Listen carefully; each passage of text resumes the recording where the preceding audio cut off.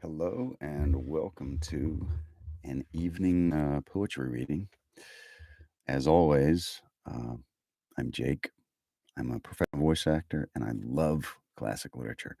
So, what I like to do on these lives, I do a YouTube live and a TikTok live kind of jointly. And I read my favorite poems. And if anybody makes a request, why, I would certainly consider the request. So, uh, on to the poetry. So tonight we'll start off with Wild Geese by Mary Oliver.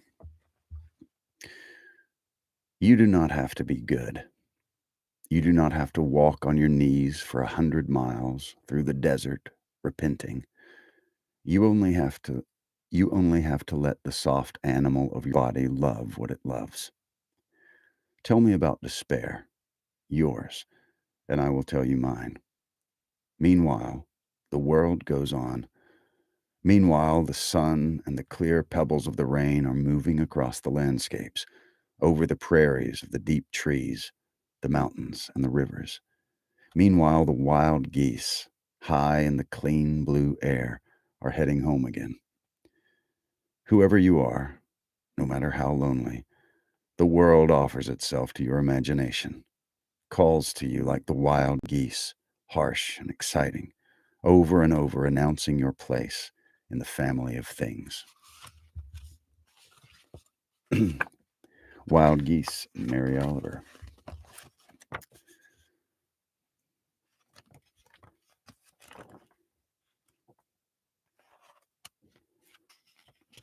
Here's one called, also by Mary Oliver, called The Dipper.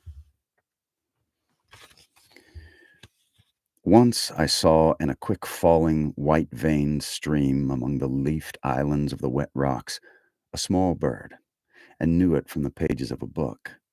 It was the Dipper, and dipping he was, as well as sometimes on a rock peak, starting up the clear, strong pipe of his voice. At this, there being no words to transcribe, I had to bend forward, as it were, into his frame of mind, catching everything I could in the tone, cadence, sweetness, and briskness of his affirmative report. Though not by words, it was a more than satisfactory way to the bridge of understanding. This happened in Colorado more than half a century ago, more certainly than half of my lifetime ago, and just as certainly he has been sleeping for decades in the leaves beside the stream, his crumble of white bones, his curl of flesh comfortable even so. And still I hear him, and whenever I open the ponderous book of riddles, he sits with his black feet hooked to the page, his eyes cheerful, still burning with water love. And thus the world is full of leaves and feathers and comfort and instruction. I do not even remember your name, great river, but since that hour I have lived simply, in the joy of the body as full and clear as falling water, the pleasures of the mind like a dark bird dipping in and out, tasting and singing. The Dipper by Mary Oliver.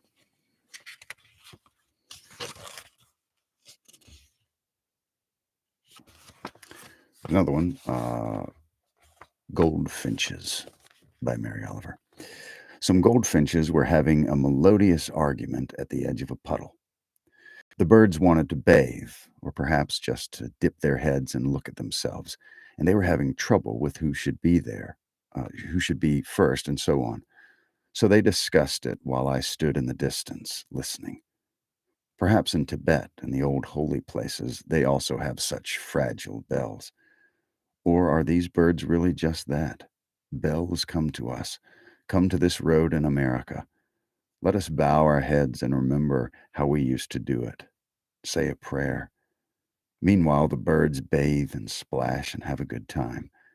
Then they fly off, their dark wings opening from their bright yellow bodies, their tiny feet all washed, clasping the air.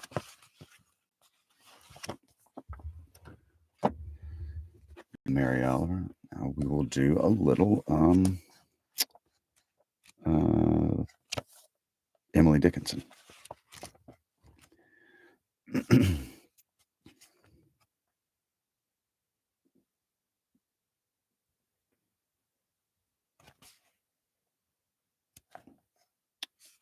Frequently the woods are pink, frequently are brown, frequently the hills undress behind my native town. Oft a head is crested, I was wont to see, and as oft a cranny where it used to be.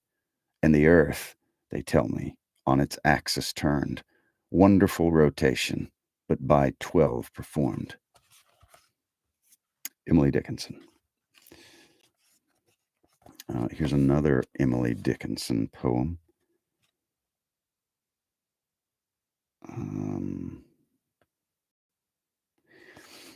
If I should die, and you should live, and time should gurgle on, and morn should beam, and noon should burn, as it is usual done, if birds should build as early, and bees as bustling go, one might depart at option from enterprise below. 'Tis sweet to know that stocks will stand when we with daisies lie, that commerce will continue, and trades as brisk fly. It makes the parting tranquil and keeps the soul serene, that gentlemen so sprightly conduct the pleasing scene. I like that line, when we with daisies lie. That's really cool. It's a good line. For every bird a nest, wherefore in timid quest some little wren goes seeking round. Wherefore, when boughs are free, households in every tree, pilgrim be found. Perhaps a home too high, aristocracy, the little wren desires. Perhaps of twig so fine, of twine e'en superfine, her pride aspires. The lark is not ashamed to build upon the ground her modest house. Yet who of all the throng dancing around the sun does so rejoice?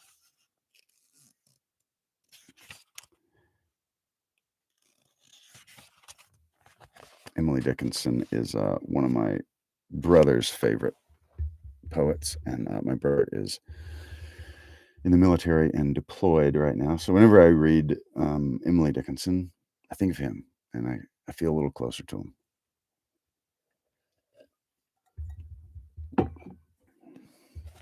Let's read another one. Kind of missing him tonight, you know. I held a jewel in my fingers and went to sleep. The day was warm and winds were prosy. I said, "'Twill keep." I woke and chid my honest fingers. The gem was gone, and now an amethyst remembrance is all I own. Blue Jeep, what's going on? Oh, thanks for the rose, Sarah. I appreciate that.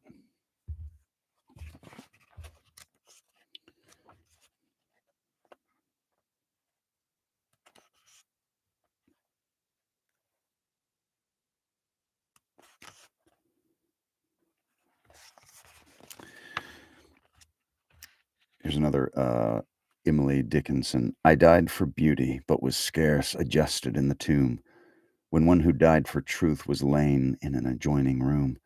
He questioned softly why I failed. For beauty, I replied, and I for truth. The two are one. We brethren are, he said.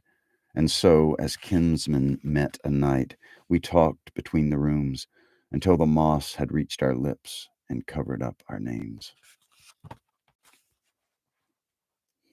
I died for beauty. Emily Dickinson.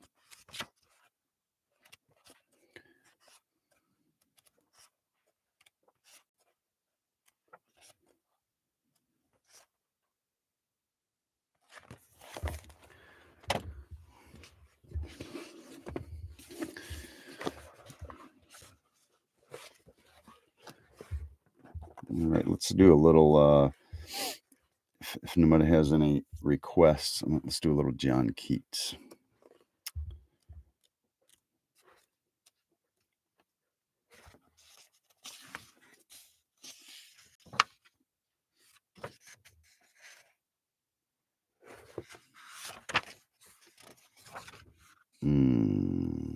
Let's see.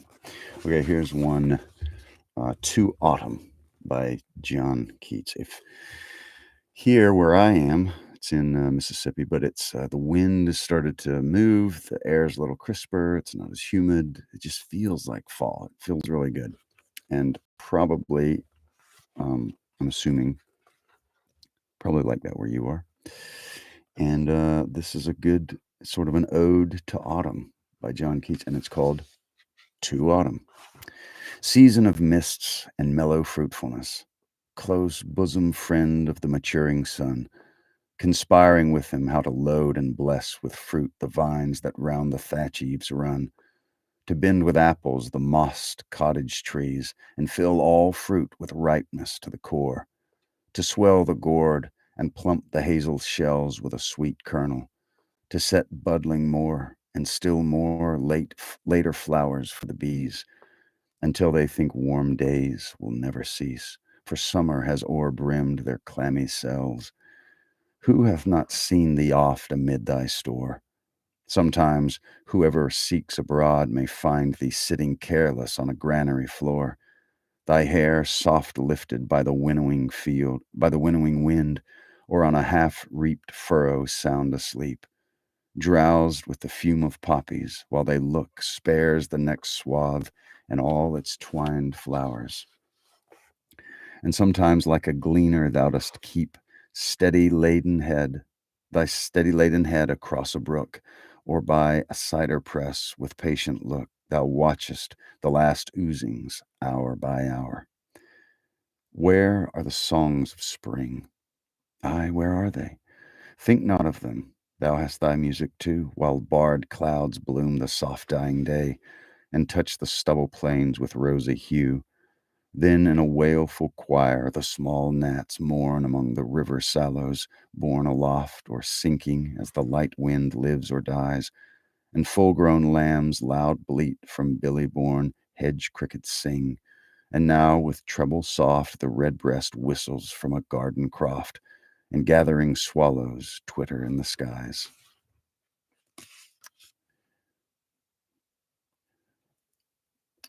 Sarah, I read the book when my brother was an Aztec. Interesting. I have not read that.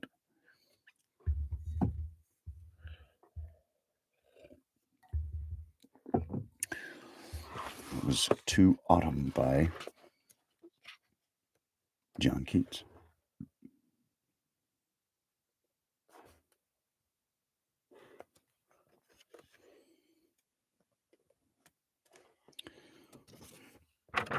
Here is also John Keats' Ode on a Grecian Urn. Thou still unravished bride of quietness, thou foster child of silence and slow time, sylvan historian, who canst thus express a flowery tale more sweetly than our rhyme, what leaf-ringed legend haunts about thy shape of deities or mortals, or of both, in Tempe or the dales of Arcady? What men or gods are these? What maidens loathe? What mad pursuit? What struggle to escape? What pipes and timbrels? What wild ecstasy? Heard melodies are sweet, but those unheard are sweeter. Therefore, ye soft pipes, play on, not to the sensual ear, but more endeared, pipe to the spirit ditties of no tone. Fair youth beneath the trees, thou canst not leave thy song, nor ever can those trees be bare. Bold lover, never, never canst thou kiss, though winning near the goal, yet do not grieve. She cannot fade, though thou hast not thy bliss. Forever wilt thou love, and she be fair. O happy, happy boughs, thou cannot shed your leaves, that cannot shed your leaves, nor ever bid the spring adieu. And happy melodist, unwearied, forever piping songs forever new, more happy love, more happy, happy love, forever warm and still to be enjoyed, forever panting and forever young, all breathing human passion far above, that leaves a heart high sorrowful and cloyed, a burning forehead and a patching tongue. Who are these coming to the sacrifice? To what green altar, O mysterious priest, leadest thou that heifer lowing at the skies, and all her silken flanks with garlands dressed? What little town by river or seashore, or mountain built with peaceful citadel, is emptied of this folk, this pious morn? And little town, thy streets forevermore will silent be, and not a soul to tell thou art desolate can e'er return, and not a soul to tell why thou art desolate can ne'er return. O Attic shape, fair attitude, which breed of marble men and maidens overwrought with forest branches and the trodden weed, thou, silent form, dost tease out of thought as doth eternity. Cold pastoral, when old age shall this generation waste, thou shalt remain in midst of other woe than ours, a friend to man, to whom thou sayest, beauty is truth, truth, beauty. That is all ye know on earth, and all ye need to know. Ode on a Grecian Urn by John Keats. He's one of my favorite authors. I really like him.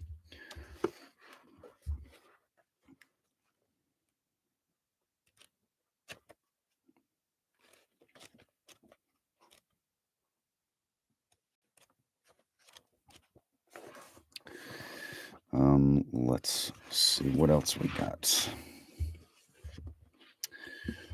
No, I am in my my little studio.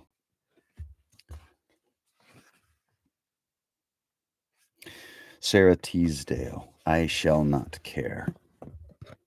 When I am dead, and over me bright April shakes out her rain-drenched hair, though you should lean above me broken-hearted, I shall not care. I shall have peace, as leafy trees are peaceful when rain bends down the bough, and I shall be more silent and cold-hearted than you are now.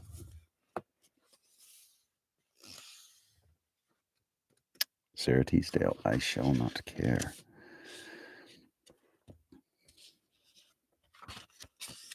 Lord Tennyson, Crossing the Bar.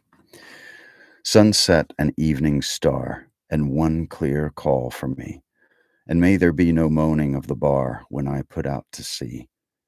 But such a tide as moving seems asleep, too full for sound and foam, when that which drew from out the boundless deep turns again home. Twilight and evening bell, and after that the dark, and may there be no sadness of farewell when I embark. For though from out our bourne of time and place the flood may bear me far, I hope to see my pilot face to face when I have crossed the bar. Crossing the Bar by Alfred Lord Tennyson.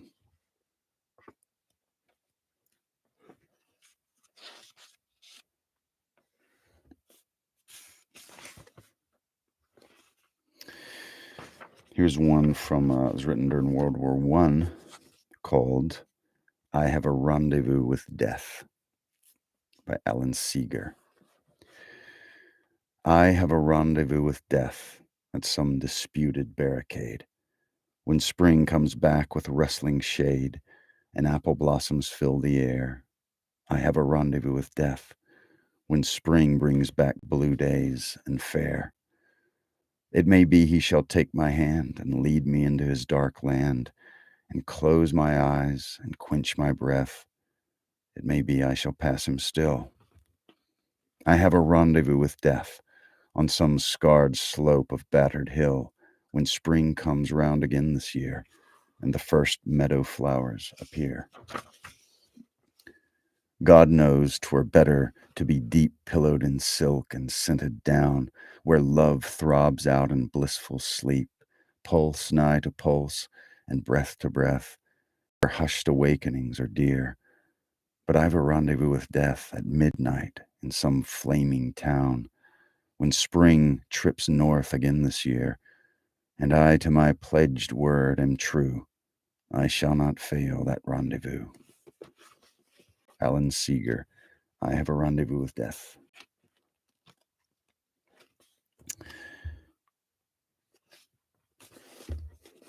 We're in the sort of the life and death section of this poetic anthology. Here's one by James Whitcomb Riley. He is not dead. I cannot say, and I will not say, that he is dead. He is just away with a cheery smile and a wave of the hand. He has wandered into an unknown land and left us dreaming how very fair it needs must be, since he lingers there. And you, oh you who the wildest yearn for an old-time step and the glad return, think of him faring on as dear and the love of there as the love of here. Think of him still as the same, I say. He is not dead. He's just away. James Whitcomb Riley, he is not dead.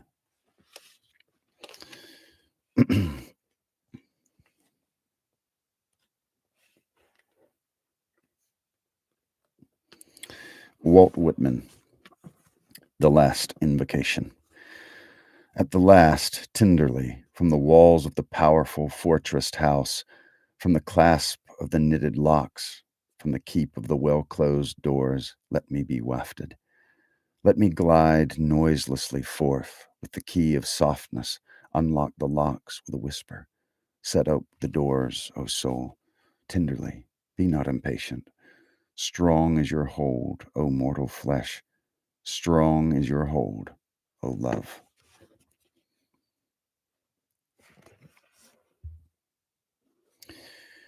That was Walt Whitman, The Last Invocation.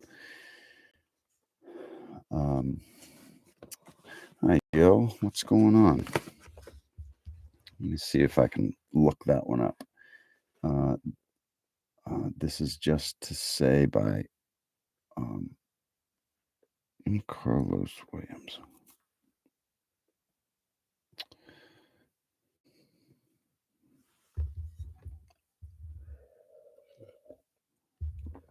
Okay.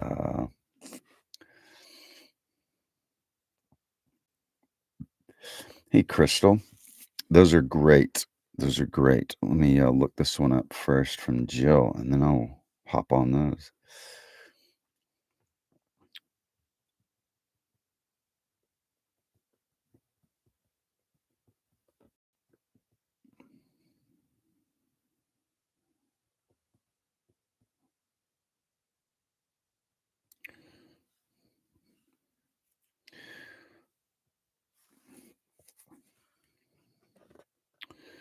All right. This is Just to Say by William Carlos Williams. I have eaten the plums that were in the icebox, and which you were probably saving for breakfast. Forgive me, they were delicious, so sweet and so cold. This is Just to Say by William Carlos Williams. All right. I wandered lonely as a cloud.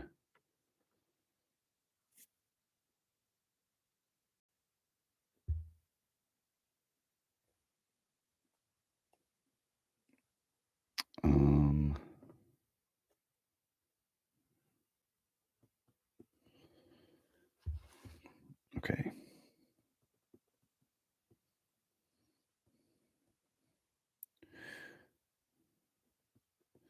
I really like, I don't know how they're all classified necessarily, but I really like the romantic poets like Wordsworth and Lord Byron and stuff. Okay. I Wandered Lonely as a Cloud by William Wordsworth, aka Daffodils. I wandered lonely as a cloud that floats on high o'er vales and hills, when all at once I saw a crowd, a host of golden daffodils, beside the lake, beneath the trees, fluttering and dancing in the breeze. Continuous as the stars that shine and twinkle on the Milky Way, they stretched in never-ending line along the margin of a bay. 10,000 saw I at a glance, tossing their heads in sprightly dance. The waves beside them danced, but they outdid the sparkling waves in glee. A poet could not but be gay in such a jocund company. I gazed and gazed, but little thought what wealth the show to me had brought. For oft when on my couch I lie in vacant or in pensive mood, they flash upon that inward eye, which is the bliss of solitude. And then my heart with pleasure fills, and dances with the daffodils. It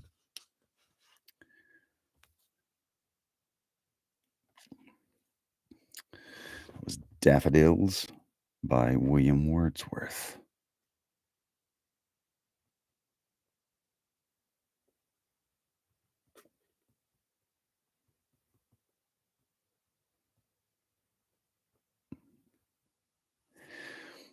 All right. So We'll Go No More a Roving by Lord Byron. So we'll go no more a roving so late into the night, though the heart be still as loving and the moon be still as bright. For the sword outwears its sheath, and the soul wears out the breast, and the heart must pause to breathe, and love itself have rest. Though the night was made for loving, and the day returns too soon, yet we'll go no more a roving by the light of the moon. Good ones.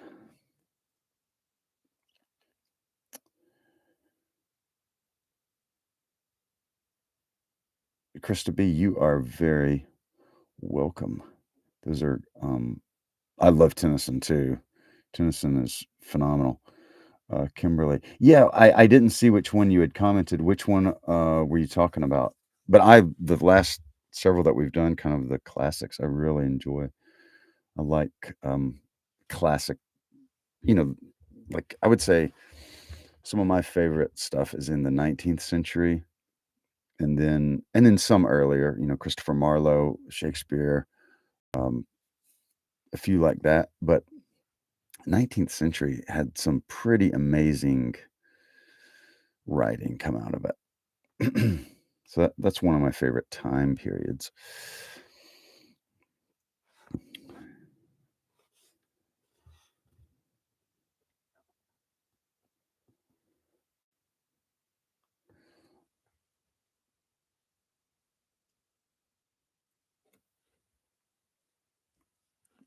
Now, let's see. Let's maybe do Lord Tennyson. Let's see what he's got to say.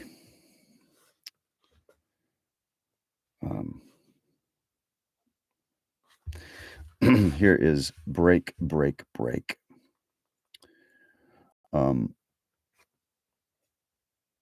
Kimberly, yes, the title is I Wandered Lonely as a Cloud. The nickname that most people call it by is Daffodils. But yeah, you're absolutely correct. That is the official title of it. Here's one by Alfred Lord Tennyson. Break, break, break. Break, break, break on thy cold gray stones, O sea, and I would that my tongue could utter the thoughts that arise in me. Oh, well for the fisherman's boy that he shouts with his sister at play. Oh, well for the sailor lad that sings in his boat on the bay. And the stately ships go on to their haven under the hill. But oh, for the touch of a vanished hand and the sound of a voice that is still.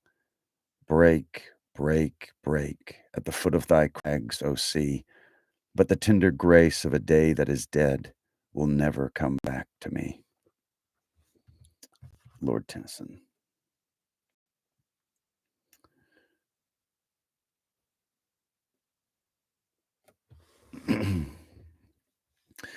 Krista, what would be what's one of your favorites from that period? Pre Raphaelite. Raphaelite. I don't know how to say that exactly, but I know what you mean.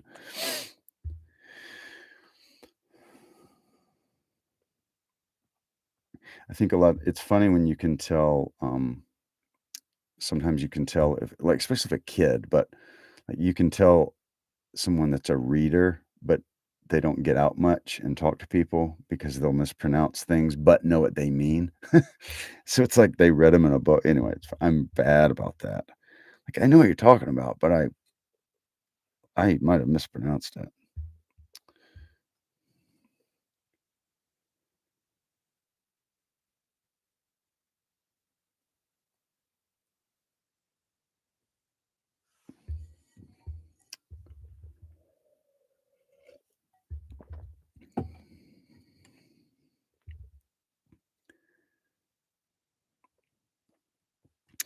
Here's another classic that I haven't probably done in a while.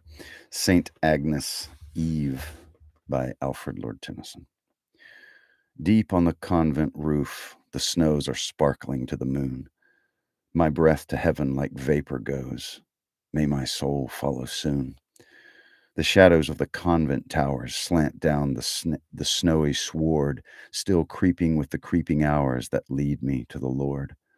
Make thou my spirit pure and clear, as are the frosty skies, or this first snowdrop of the year that in my bosom lies.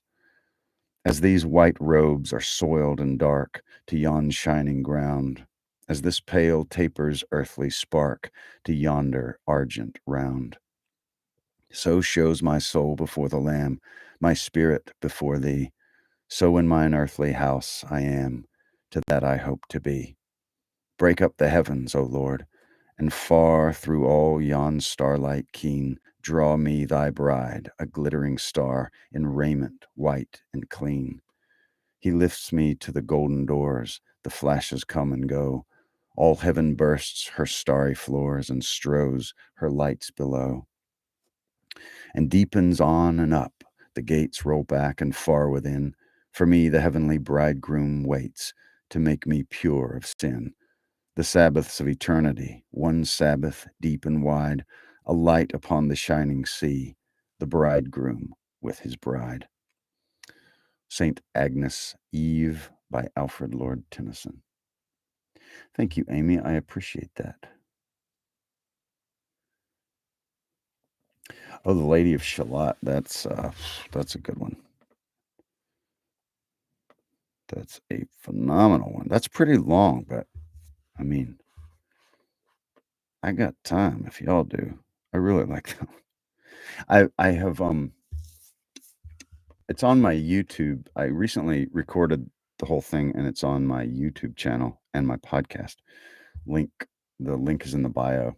If if you're maybe like your first time on here and you're like, oh, I kind of like classic literature and I like whatever, check out my YouTube and my podcast. You will probably like it. I've done the entirety of, I've done The Lady of Shalott. But like last night, we did The Highwayman, which is longer than I normally do on lives. Usually I keep it short on lives just to, to be able to interact and take more requests. But I really like doing longer ones. Um,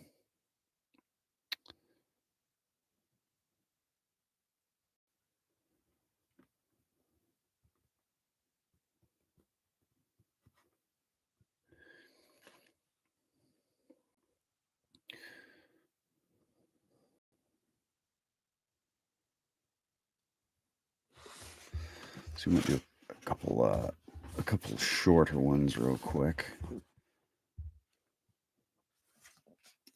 Here's one I was about to do earlier. Henry Wadsworth Longfellow, Nature.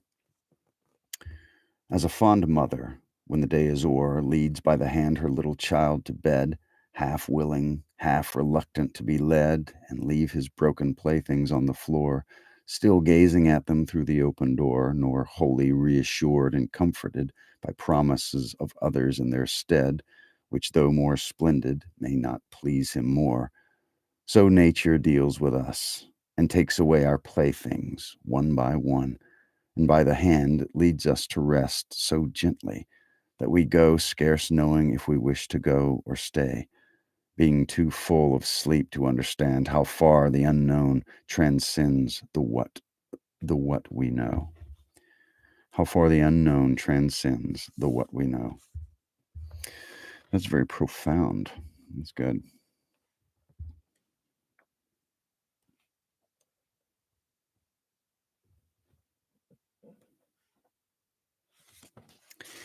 Here's one by John Clare called Song's Eternity. What is song's eternity? Come and see. Can it noise and bustle be? Come and see. Praises sung or praises said, can it be? Wait a while, and these are dead. Sigh, sigh. Be they high or lowly bred, they die. What is song's eternity? Come and see. Melodies of earth and sky, here they be. Song once sung to Adam's ears, can it be? Ballads of 6,000 years thrive, thrive. Songs awaken with the spheres, alive. Mighty songs that miss decay, what are they? Crowds and cities pass away, like a day. Books are out, and books are read, what are they? Years will lay them with the dead. Sigh, sigh, trifles unto nothing wed, they die. Dreamers mark the honeybee, mark the tree where the blue cap tootle tea sings a glee, sung to Adam and to Eve, here they be. When floods covered every bough, Noah's ark heard that ballad singing now. Hark, hark, tootle, tootle, tootle tea, can it be?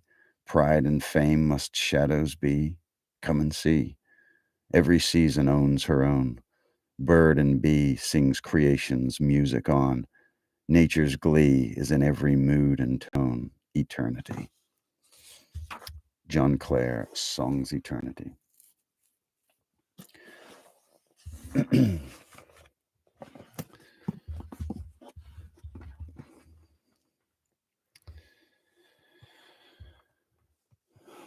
Let's see, what do we got?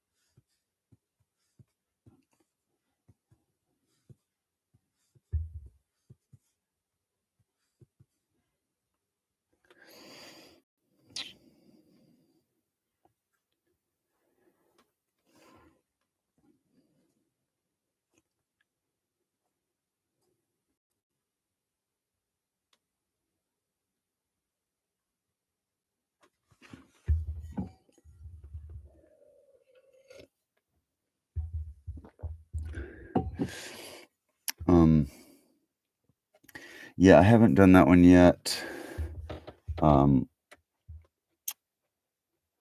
Actually, I didn't find it earlier.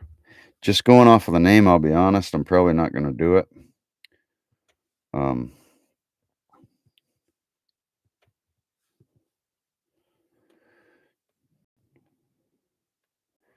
But I do like Oscar Wilde, but I will need to read it on my own first. Because I try to keep this pretty non-controversial. I don't care who you voted for. I don't care if you're vaccinated. I don't care, and I want to keep it that way. And then a song about a brothel. Well, you don't have to talk about intricate details. If it's about a brothel, it by definition is a little dirty. So probably not going to do that one. Let's see. Jabberwocky. We could do Jabberwocky. That is a delightful load of nonsense, and I like that one. But I will dig into it a little. I'll read it because I haven't read it before. Kind of, I won't do a cold read, but I will. It's pulled up now. I'll read it. Because I was actually earlier today. I thought, what was that thing Michael said, and I couldn't remember the name of it. I knew it was Harlot something, Harlot House. Okay. Anyway, maybe not. But Lewis Carroll. Let's do Jabberwocky. I know that one. This is a fun one, you might say.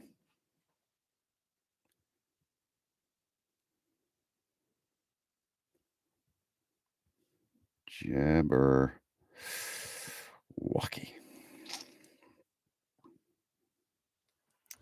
All right. Jabberwocky by Lewis Carroll.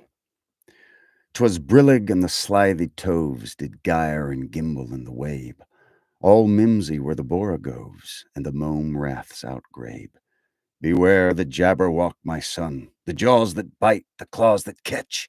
Beware the Jubjub bird, and shun the frumious bandersnatch. He took his vorpal sore hand, long time the manxome foe he sought. So rested he by the tumtum tree, and stood a while and thought. And as an uffish thought he stood, the Jabberwock, his eyes aflame, came whiffling through the tulgey wood, and burbled as it came.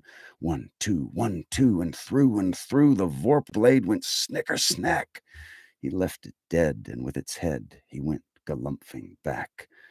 And hast thou slain the Jabberwock? Come to my arms, my beamish boy. O frabjous day, callooh, callay, he chortled in his joy.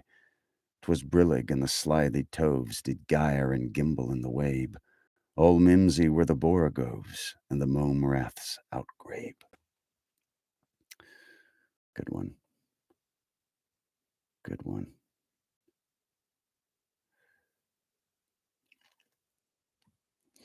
Please do. I think you'll like it. Not at all totally wrong idea. It's beautiful. Well, you might be right, but I'm just saying, I ain't doing it. All right? I'm not doing it. I'm not doing a thing about a whorehouse. I don't care if it's not dirty. I'm not doing it right now. But I will look at it and get back to you. He's talking about Harlot's House by Oscar Wilde. I haven't read it, so it might be the most beautiful, wonderful thing ever. I'm just going off the name. You are very welcome. You too, Michael. For the Fallen by Lawrence Binyon. That's a good one.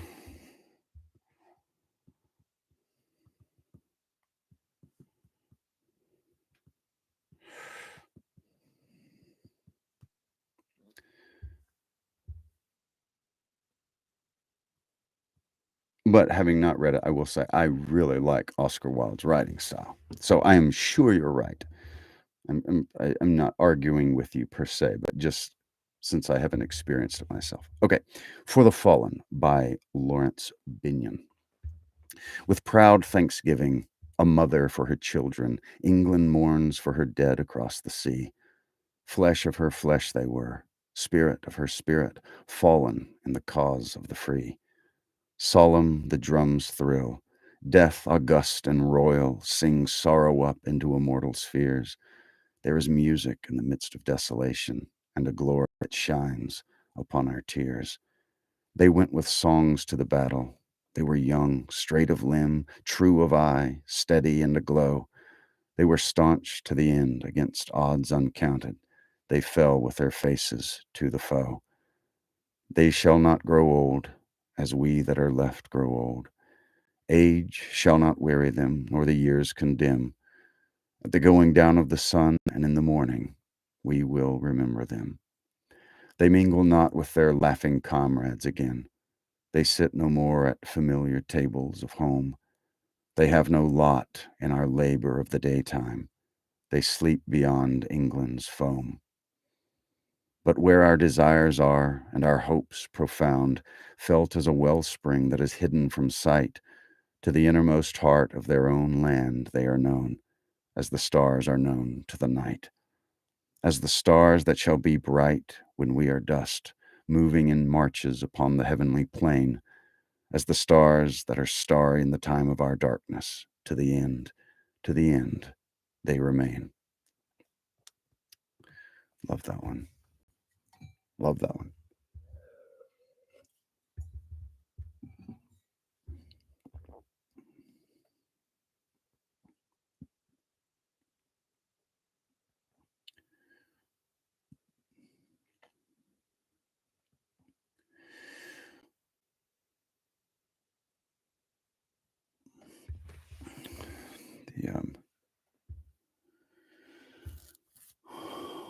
The name doesn't make me nervous. It'll make other people nervous.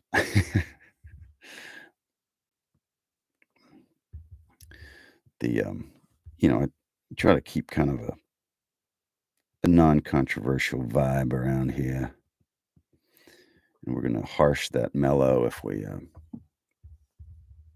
get too far off track.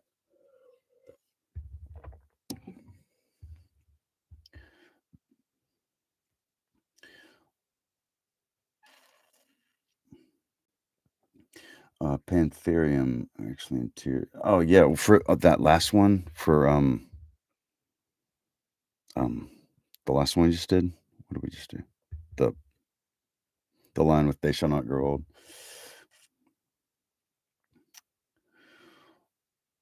Well, Michael, thank you for understanding. I appreciate that. I think I'm gonna. I haven't done that one on really on my main TikTok or um, my YouTube channel. So it's a good one to put on there too. Where is my? I keep a little. Here's my good idea notebook. It has like the world, a little map. Looks like some Spanish admiral was going to sail to the New World and steal some gold or something. That's what kind of map he'd have used. Um,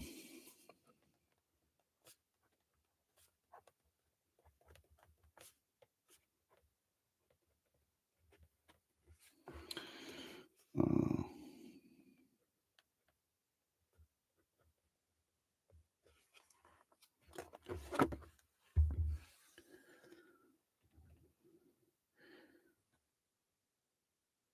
let's see.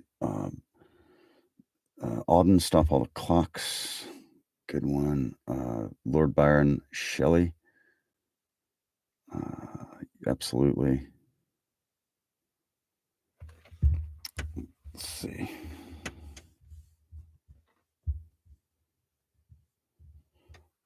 What was the? Let's see. Amy, yes, Amy. Hopefully, we'll get us a win tomorrow. I don't know if we will. We're kind of hurting this year, but absolutely, Hail State. If you don't know what that means go Mississippi State Bulldogs. And in football this year, we're pretty terrible. We had our coach tragically passed away right after the last game last year, and he was a good dude. He was, everybody kind of liked him. So this is a rebuilding year.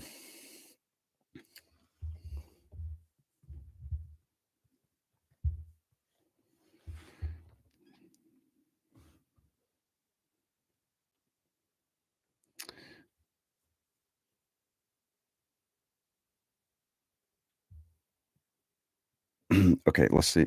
How about let's see, or Dear Lady on the Bones by Atlantis. Let's do the Auden one, Michael. Atlantis by W.H. Auden. Being set on the idea of getting to Atlantis, you have discovered, of course, only the ship of fools is making the voyage this year, as gales of abnormal force are predicted, that you must therefore be ready to behave absurdly enough to pass for one of the boys, at least appearing to love hard liquor, horseplay, and noise. Should storms, as may well happen, drive you to anchor a week in some old harbor city of Ionia, then speak with her excuse me, then speak with her witty scholars, men who have proved there cannot be such a place as Atlantis.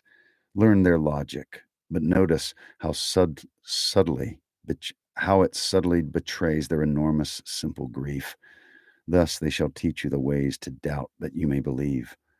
If later you run aground among the headlands of Thrace, where with torches all night long a naked barbaric race leaps frenziedly to the sound of conch and dissonant gong, on that stony savage shore strip off your clothes and dance, for unless you are capable of forgetting completely about Atlantis, you'll never finish your journey. Again, you should come to uh, Again, you should come to gay Carthage or Corinth, take part in their endless gaiety. And if some bar a tart as she strokes your hair should say, "This is Atlantis, dearie," listen with attentiveness to her life story, unless you become acquainted now with each refuge that tries to counterfeit Atlantis. How will you recognize the true? Assuming you You beach at last near Atlantis and begin that terrible trek inland through squalid woods and frozen tundras where all are soon lost. If forsaken, then you stand, dismissed everywhere, stone and now, silence and air. Oh, remember the great dead and honor the fate you are, traveling and tormented, dialectic and bizarre.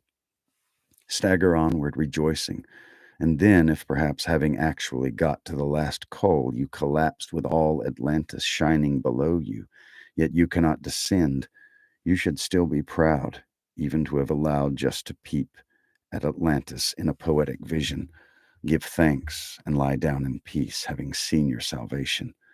All the little household gods have started crying, but say goodbye now and put to sea. Farewell, my dear, farewell. May Hermes, master of the roads, and the four dwarf Kabiri protect and serve you always. And may the Ancient of Days provide for you all you must do, his invisible guidance, lifting up, dear, upon you the light of his countenance. Atlantis, W.H. Auden.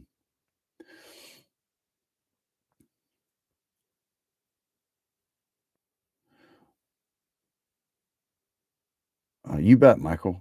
Thank you very much. I have not read that one, so that's cool. I like that's a one I've being introduced to. It's one of those things like I know Auden, I don't know Atlantis, but now I do. That's great. Let's see. The Krista, have you done Mary Anna in the South? I have not. I have not done that one. We'll have to I'm gonna write that down real quick. Mary Anna in the South. Going down in the good idea book. That's a good idea. Have you ever thought about narrating the War of the Worlds?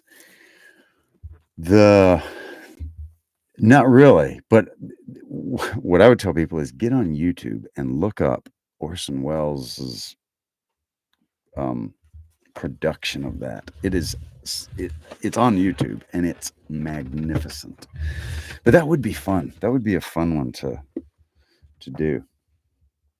I can see why that freaked some people out when it came out on the radio. Okay, let's see. Lord Byron and Shelley. Definitely could do. How about, let's see, we'll go no more roving. Let's do maybe She Walks in Beauty or something like that by Byron. And then we can get to Stop All the Clocks. Luke, what's going on, brother? I got your email. I have not messaged you back, obviously, but I got it.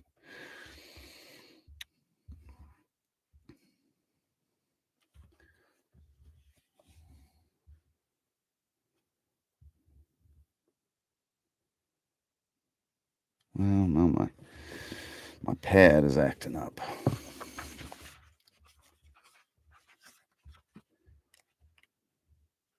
Let's do Lord Byron, She Walks in Beauty. She walks in beauty like the night of cloudless climes and starry skies. All that's best of dark and bright meet in her aspect and her eyes, thus mellowed to that tender light which heaven to gaudy day denies. One shade the more, one ray the less, had half impaired the nameless grace which waves in every raven tress, or softly lightens o'er her face, where thoughts serenely sweet express how pure, how dear their dwelling place. And on that cheek and o'er that brow, so soft, so calm, yet eloquent, the smiles that win, the tints that glow, that tell of days in goodness spent, a mind at peace with all below, a heart whose love is innocent. It's Lord Byron.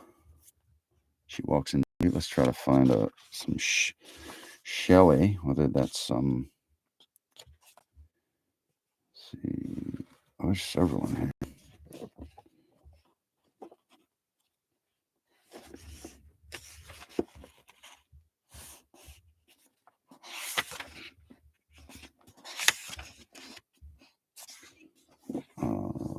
a little long.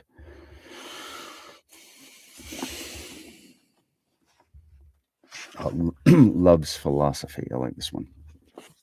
Love's Philosophy by Percy Shelley. The fountains mingle with the river, and the rivers with the ocean. The winds of heaven mix forever with a sweet emotion. Nothing in the world is single, all things by a law divine. In one another's being mingle, why not I with thine? See the mountains kiss high heaven, and the waves clasp one another. No sister flower could be forgiven if it disdained its brother. And the sunlight clasps the earth, and the moonbeams kiss the sea. What are all these kissings worth, if thou kiss not me?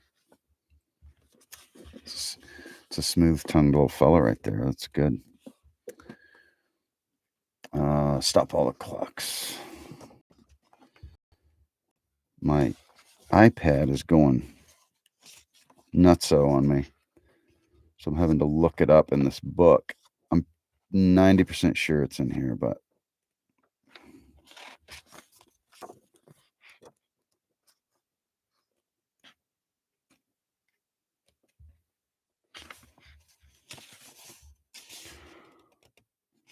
502. I hope that's it. There's one of his in here.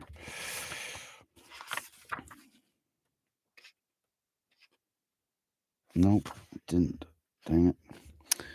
Let me see. I think I could find it maybe on here.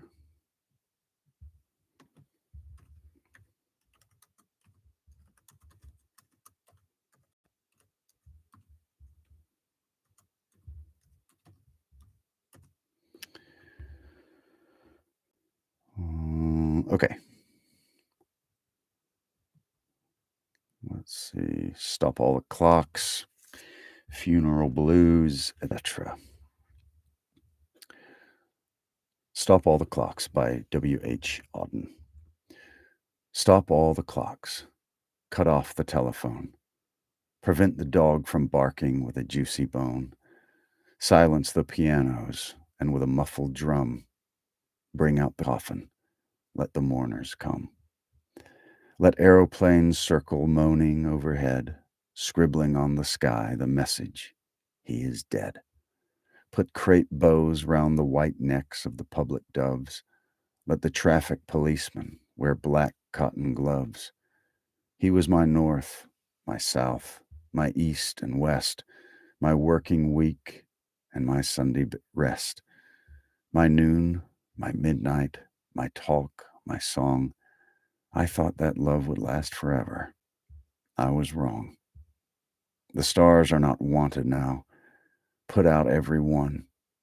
Pack up the moon and dismantle the sun. Pour away the ocean and sweep up the wood, for nothing now can ever come to any good. Stop all the clocks. W.H. Auden.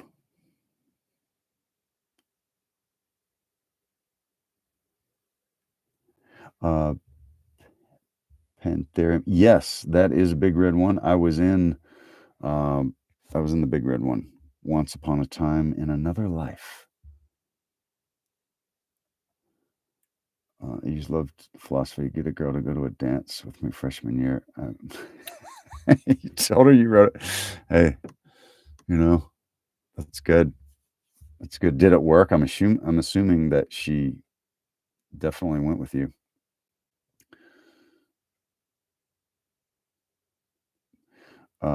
Pantherium. I appreciate that. Your other comment about you're most welcome for your request.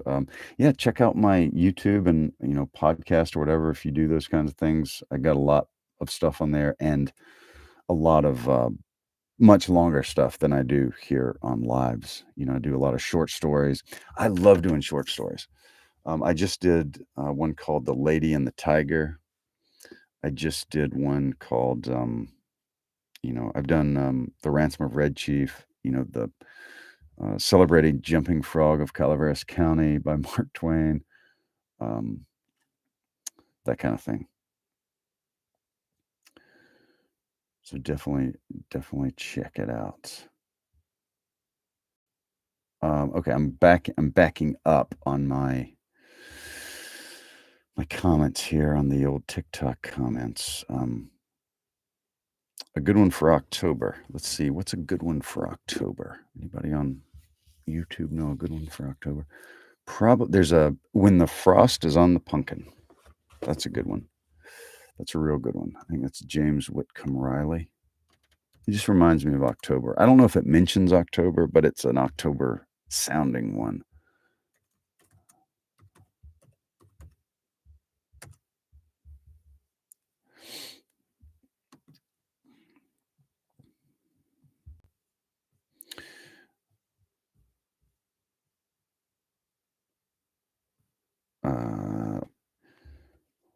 Here we go, dinner mints. When the frost is on the pumpkin, and the fodder's in the shock, and you hear the kyuck and gobble of the strutting turkey cock, and the clacking of the guineas, and the clucking of the hens, and the rooster's hallelujah as he tiptoes on the fence. Oh, it's times a feller's a feelin' at his best when the rising sun, excuse me, with the rising sun to meet him from a night of peaceful rest, as he leaves the house bareheaded and goes to feed the stock when the frost is on the pumpkin and the fodder's in the shock.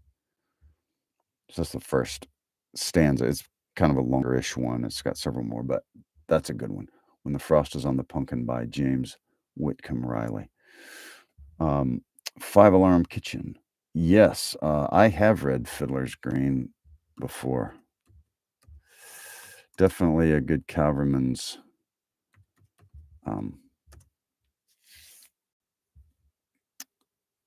song.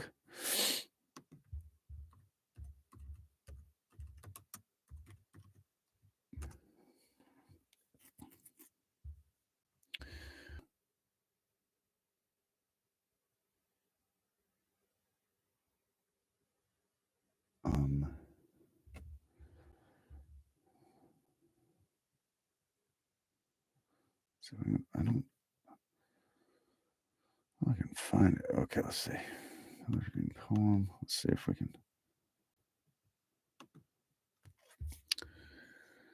pull one up. Pull one up with some cross sabers on it.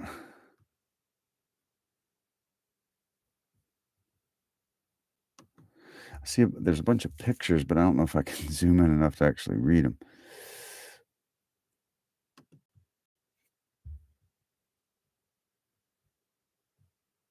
I might have to do that one and post it to my YouTube or something. I have to get one where I can like zoom. Anyway, I'm having trouble. Wait, here's on the First Cavalry Division Association page. Let's see if it's not on the First Cav page, then it's not anywhere probably.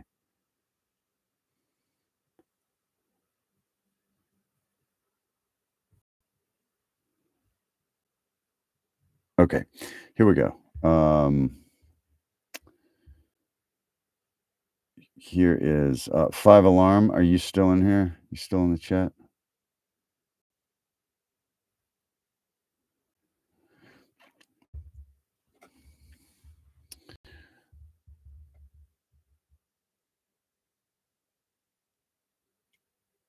Brian, yes, I have. I have usually on evening ones. I kind of keep it kind of since people are going to bed and stuff. I usually, keep it a little more chill. I do like Daffodils by William Wordsworth and stuff. If you haven't read it, Dulce et Decorum Est is about a gas attack in World War I, and it is horrifying. But also, I mean, I think it's a great poem. It's Wilfred Owen, the guy that wrote it, is very much anti-war. You know what I mean?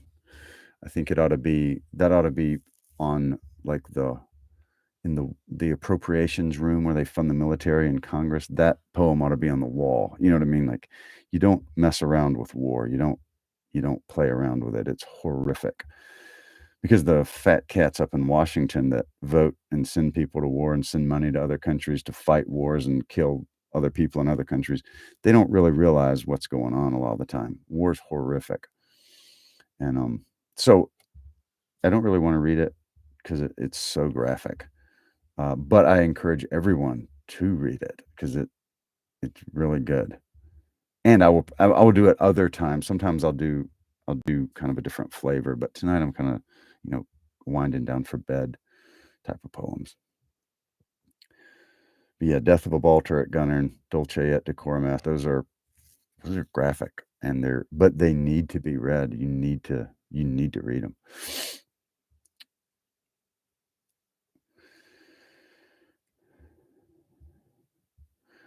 Good Starship Troopers audiobook. That'd be fun. I like doing audiobooks.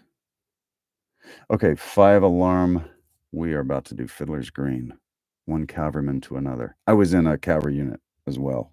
I was in 1-4 Cav in the in First Infantry. Okay. Halfway down the trail to hell, in a shady meadow green, are the souls of all dead troopers camped near a good old-time canteen, and this eternal resting place is known as Fiddler's Green. Marching past, straight through to hell, the infantry are seen, accompanied by the engineers, artillery, and marines, for none but the shades of cavalrymen dismount at Fiddler's Green. Though some go curving down the trail to seek a warmer scene, no trooper ever gets to hell ere he's emptied his canteen, and so he rides back to drink again with friends at Fiddler's Green.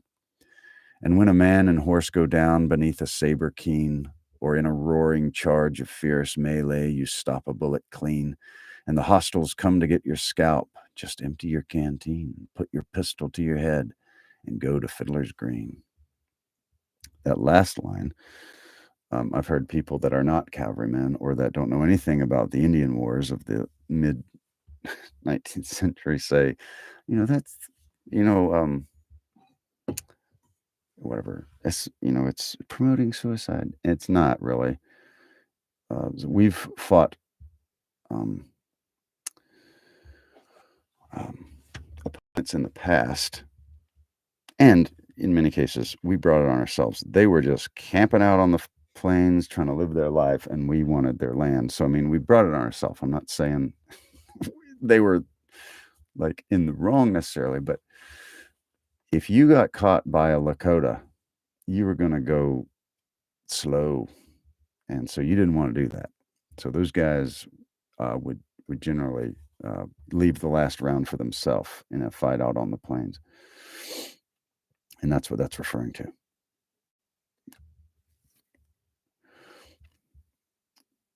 Uh, 175 Cab, 101st Airborne. How about that? Good deal. Well, thank you for your service.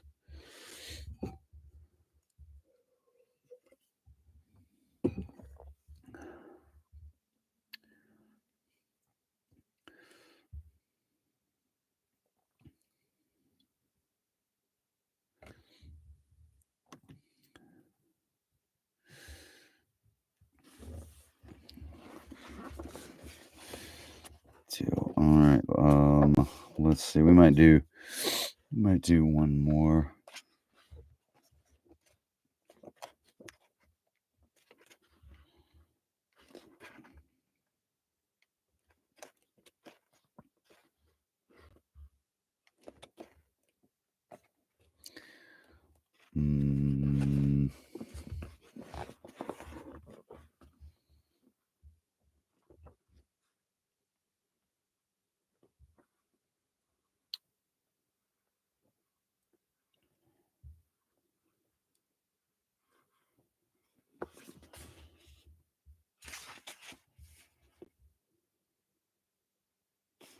There's one called Dirge Without Music by Edna St. Vincent Millay.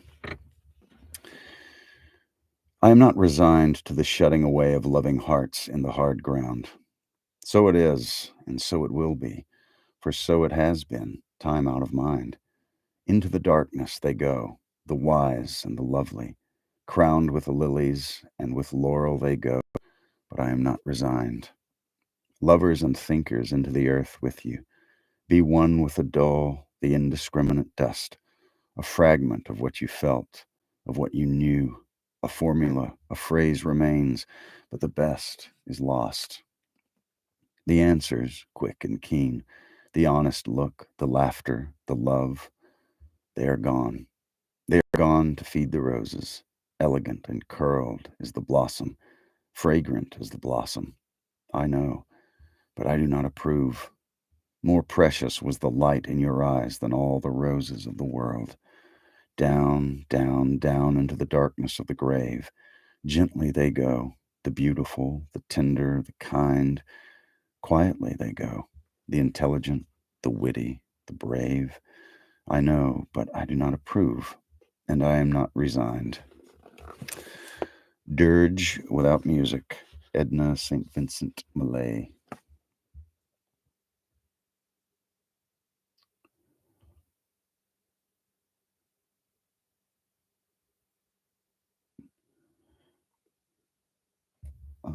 You live in a town in Arizona, and what was it? Interesting. What town, if you don't mind me asking, is that? I love the history of the West. I've really gotten into it the last couple of years, and then being in a cavalry unit myself, I was in the Fourth Cavalry that served in Arizona, and was they fought the Comanches, Quanah Parker, uh, uh, Chase Cochise and Geronimo down in Arizona area.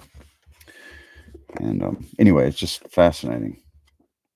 Sad in so many ways, but fascinating.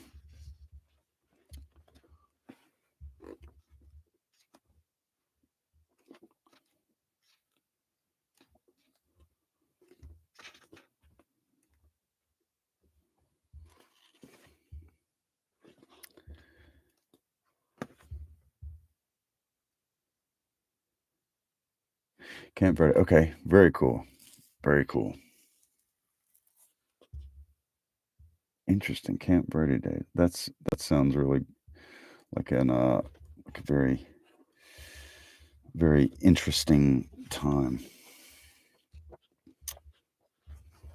So, well, I am a little over an hour in, so I'm going to get going. I've got some other work to do, but I will be back very soon. I'm going to try to, at a minimum, Mondays and Thursdays about a 10ish Central, but I also do them other times when I can. So this obviously this is a when I can night, but Mondays and Thursdays for sure.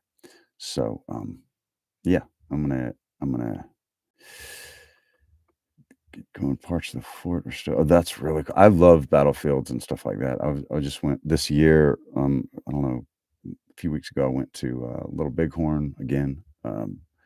Visited Fort Phil Kearny, and what's left of it. The historical site there, the wagon box fight site. I looked at what do you call it? Fetterman's massacre, the Fetterman ambush. So yeah, a lot of good stuff. Um, let's see. Somebody said witnesses. I'm gonna I'm gonna wrap it up for tonight. My phone's about to die, and but I will check that one out. But that I noticed.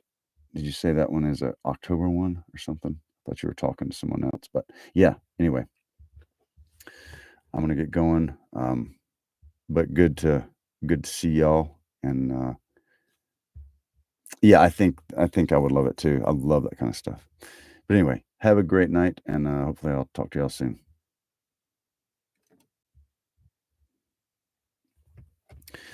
So I am off of TikTok, and so I want to do one more, the Henry Wadsworth Longfellow, because my last poem was kind of a downer. So I like to end on something a little more chill. So here is "The Tide Rises, the Tide Falls" by Henry Wadsworth Longfellow. The tide rises, the tide falls. The twilight darkens, the curfew calls. Along the sea sands, damp and brown, the traveler hastens toward the town, and the tide rises, the tide falls. Darkness settles on the roofs and walls, but the sea in the darkness calls. The little waves with their soft white hands efface the footprints in the sands, and the tide rises, the tide falls. The morning breaks. The steeds in their stalls stamp and neigh as the hostler calls. The day returns, but never more returns the traveler to the shore, and the tide rises, the tide falls.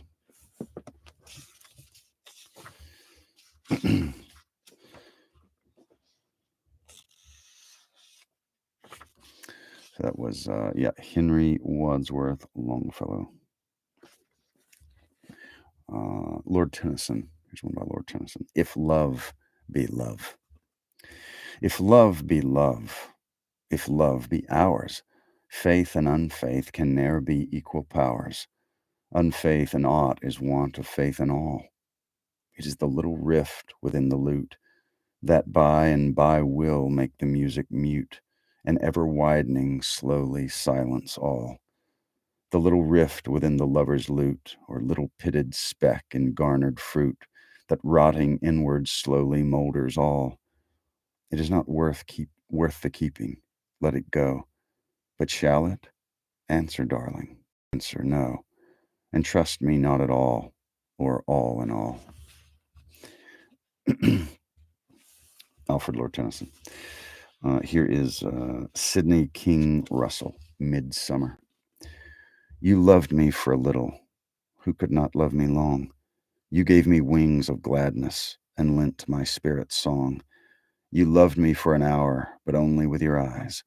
Your lips I could not capture by storm or by surprise. Your mouth that I remember with rush of sudden pain, as one remembers starlight or roses after rain. Out of a world of laughter, suddenly I am sad. Day and night it haunts me, the kiss I never had. Sidney King Russell.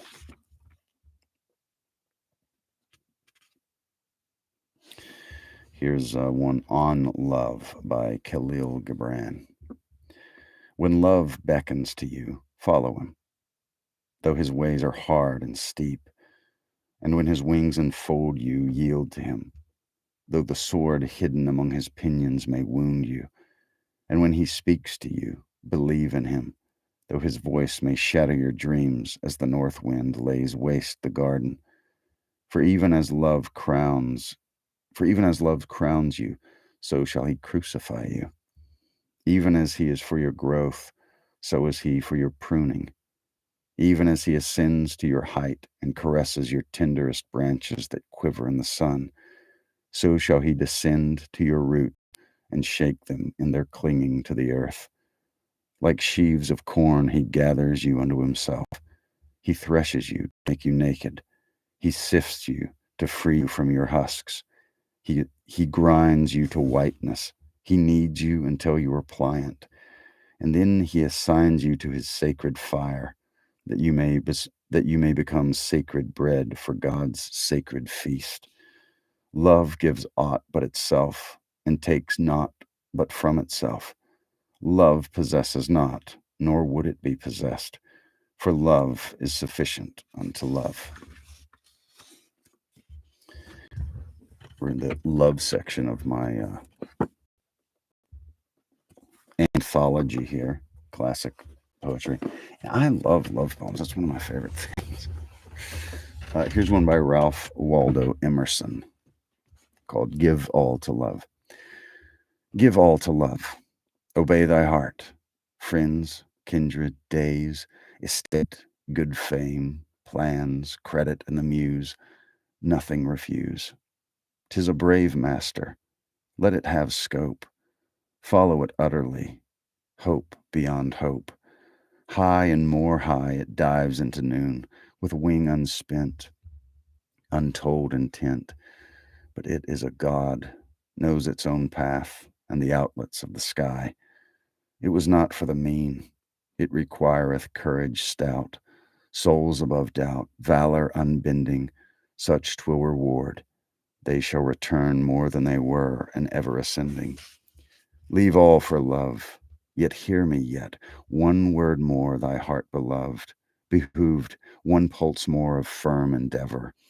Keep thee today, tomorrow forever, free as an Arab of thy beloved. Cling with life, the maid, but when the surprise, first vague shadow of surmise flits across her bosom young of a joy apart from thee, free be she, fancy free, nor thou detain her vesture's hem, nor the palest rose she flung from her summer diadem, though thou loved her as thyself, as a self of purer clay, though her parting dims the day, stealing grace from all alive, heartily know when half gods go, the gods arrive. Ralph Waldo Emerson, Give All to Love. Here's one by Elizabeth Barrett Browning.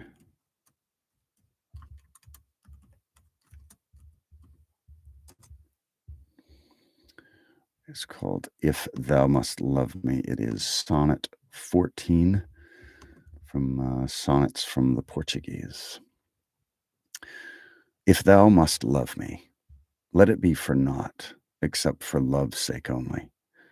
Do not say, I love her for her smile, her look, her way of speaking gently, for a trick of thought that falls in well with mine, and certes brought a sense of pleasant ease on such a day. For these things in themselves, beloved, may be changed, or change for thee, and love so wrought may be unwrought so. Neither love me for thine own dear pities wiping my cheeks dry. A creature might forget to weep who bore thy comfort long, and lose thy love thereby. But love me for love's sake, that evermore thou mayest love on through love's eternity. I really like Elizabeth Barrett Browning.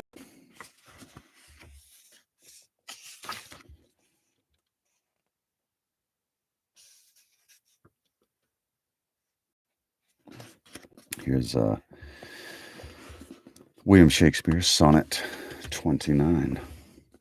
When in disgrace with fortune and men's eyes, I all alone beweep my outcast state, and trouble deaf heaven with my bootless cries, and look upon myself and curse my fate, wishing me like to one more rich in hope, featured like him with friends possessed, desiring this man's art and that man's scope, with what I most enjoy, contented least, yet in these thoughts myself almost despising, haply I think on thee, and then my state, like to the lark at break of day, arising from sullen earth, sings hymns at heaven's gate. For thy sweet love remembered such wealth brings, that then I scorn to change my state with kings. There's a Sonnet 29. Here's Love's Philosophy by Percy Bysshe Shelley. The fountains mingle with the river, and the rivers with the ocean. The winds of heaven mix forever with a sweet emotion. Nothing in the world is single. All things by a law divine in one another's mingle. Why not I with thine? See the mountains kiss high heaven, and the waves clasp one another. No sister flower would be forgiven if it disdained its brother. And the sunlight clasps the earth, and the moonbeams kiss the sea. What are all these kissings worth, if thou kiss not me? Percy Shelley.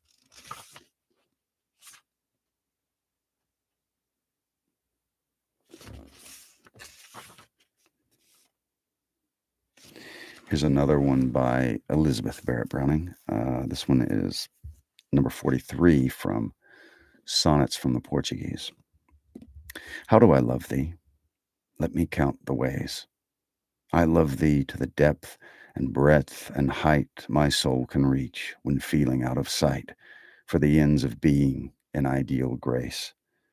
I love thee to the level of every day's most quiet need by sun and candlelight. I love thee freely as men strive for right. I love thee purely as they turn from praise.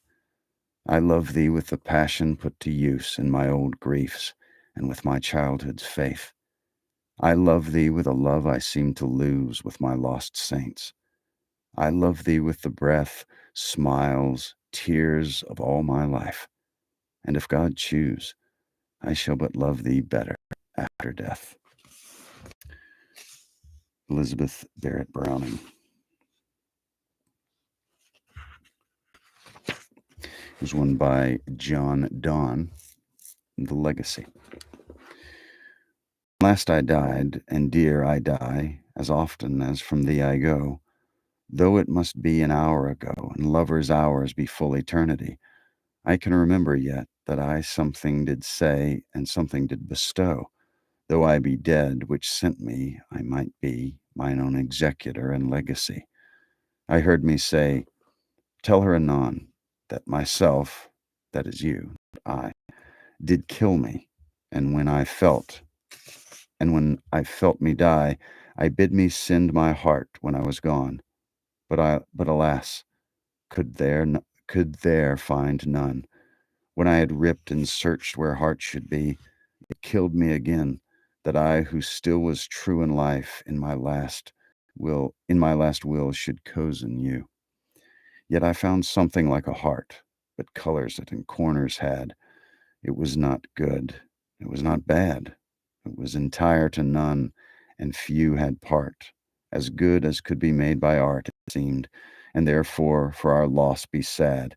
I meant to send that heart instead of mine, but oh, no man could hold it, for 'twas thine. John Donne, The Legacy.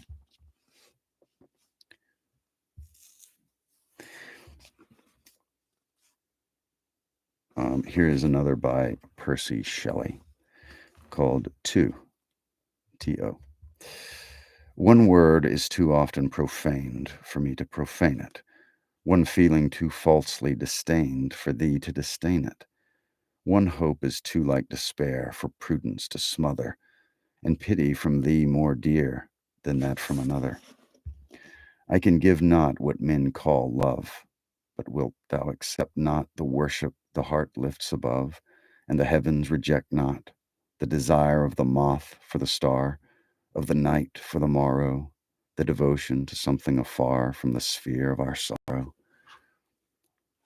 Percy Shelley, 2.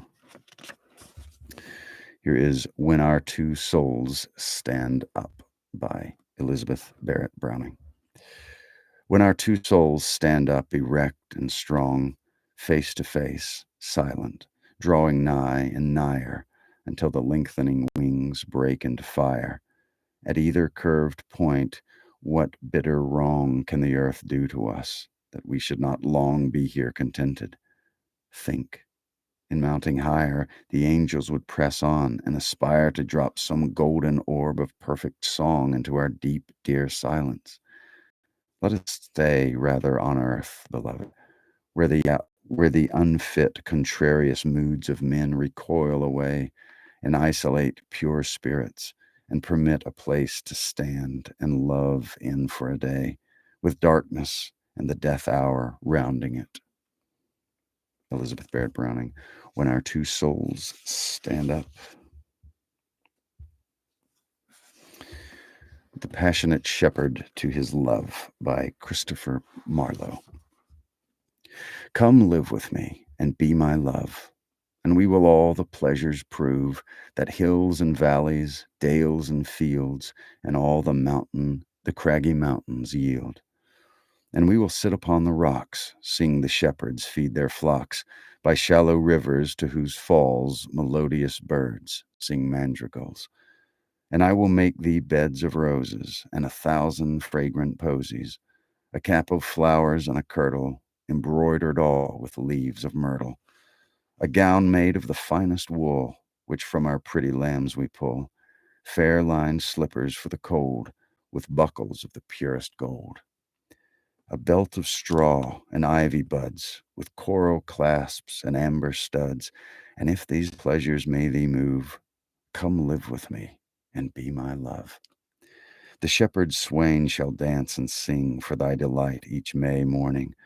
If these delights thy mind may move, then live with me and be my love.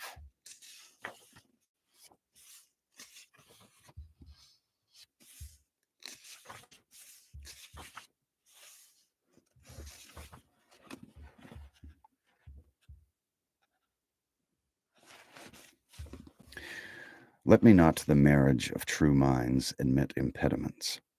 Love is not love which alters when it alteration finds, or bends with the remover to remove. Oh no, it is an ever-fixed mark, that looks on tempests and is never shaken. It is the star to every wandering bark, whose worth's unknown, although his height be taken. Love's not time's fool, though rosy lips and cheeks within his bending sickle's compass come. Love alters not with his brief hours and weeks, but bears it out even to the edge of doom. If this be error, and upon me proved, I never writ, nor no man ever loved.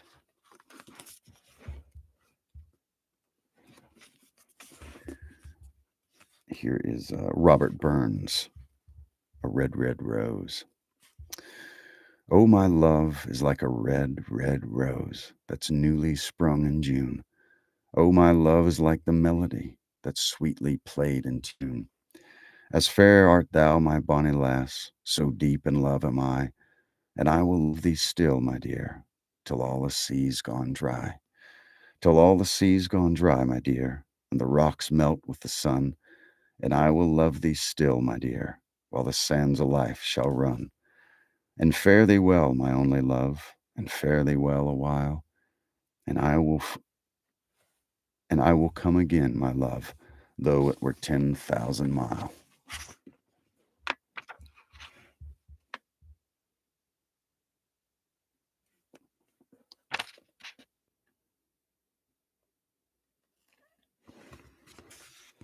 There's one by William Ernest Henley called What Is to Come.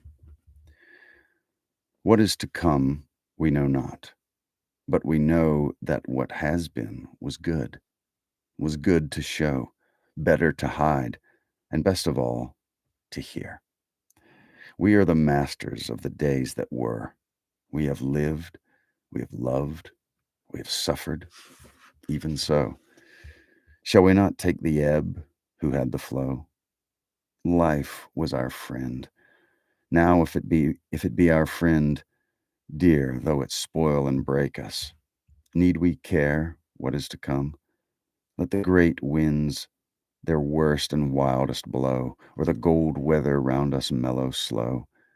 We have fulfilled ourselves, and we can dare, and we can conquer, though we may not share in the rich quiet of the afterglow, what is to come. William Ernest Henley, What Is to Come. Here's Robert Louis Stevenson, Gather Ye Roses. Gather ye roses while ye may, old time is still a-flying. A world where beauty fleets away is no world for denying. Come lads and lasses, fall to play, lose no more time in sighing.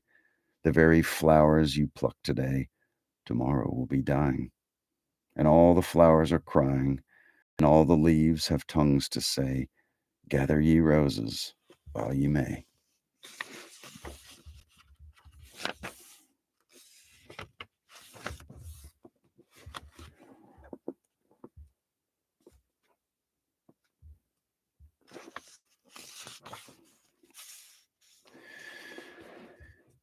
Here's Henry Wadsworth Longfellow and Daybreak. A wind came up out of the sea and said, O mists, make room for me. It hailed the ships and cried, Sail on, ye mariners, the night is gone, and hurried landward far away, crying, Awake, it is the day. It said unto the forest, Shout, hang all your leafy banners out. It touched the wood bird's folded wing and said, O bird, awake and sing. Oh, and o'er the farm, O chanticleer, your clarion blow, the day is near. It whispered to the fields of corn, Bow down and hail the coming morn. It shouted through the belfry tower, Awake, O bell, proclaim the hours. It crossed the churchyard with a sigh and said, Not yet, in quiet lie. It's Daybreak. Henry Wadsworth Longfellow.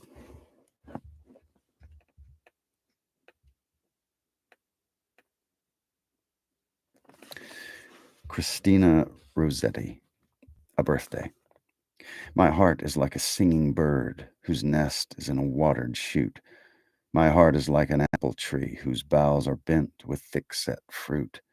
My heart is like a rainbow shell that paddles in a halcyon, halcyon sea. My heart is gladder than all these because my heart is come to thee. Raise me a dais of silken down, hang it with vair and purple dyes, carve it in doves and pomegranates and peacocks with 100 eyes. Work it in gold and silver grapes, in leaves and silver fleur-de-lis, because the birthday of my life is come. My love is come to me. Christina Rosetti.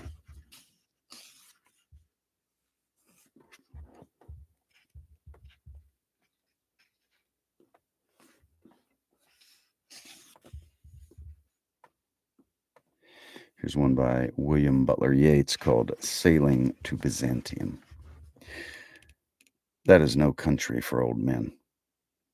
The young one in another's arms, the birds in the trees, those dying generations at their song, the salmon falls, the mackerel-crowded seas, fish, flesh, or fowl commend all summer long whatever is begotten, born, and dies. Caught in that sensual music, all neglect monuments of unaging intellect. An aged man is but a paltry thing, a tattered coat upon a stick, unless soul clap its hand and sing, and louder sing for every tatter in its mortal dress. Nor is there singing school, but studying monuments of its own magnificence. And therefore I have sailed the seas and come to the holy city of Byzantium. O sages standing in God's holy fire, as in the gold mosaic of a wall, come from the holy fire, purn in a gyre, and be the singing masters of my soul. Consume my heart away, sick with desire and fastened to a dying animal, it knows not what it is, and gather me into the artifice of eternity. Once out of nature, I shall never take my bodily form from any natural thing, but such a form as Grecian goldsmiths make of hammered gold and gold enameling to keep a drowsy emperor awake, or set upon a golden bough to sing to lords and ladies of Byzantium of what is past, or passing, or to come.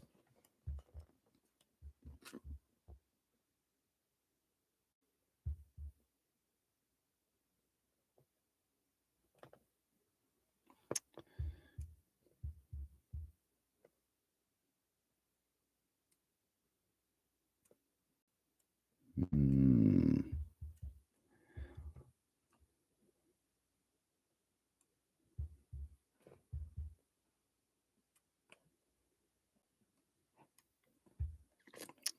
Let's see. The Rainy Day by Henry Wadsworth Longfellow.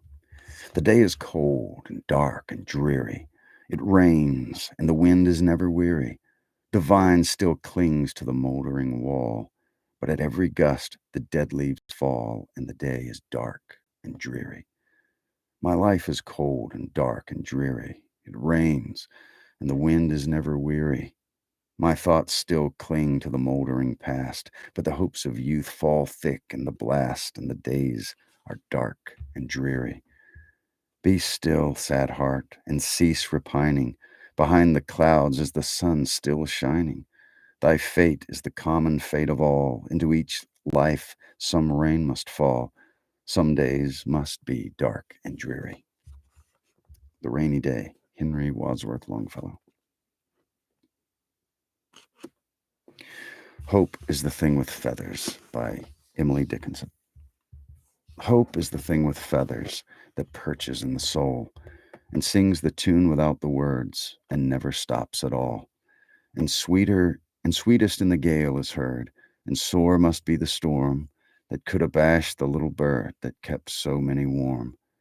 I've heard it in the chillest land and on the strangest sea, yet never in extremity it asked a crumb of me.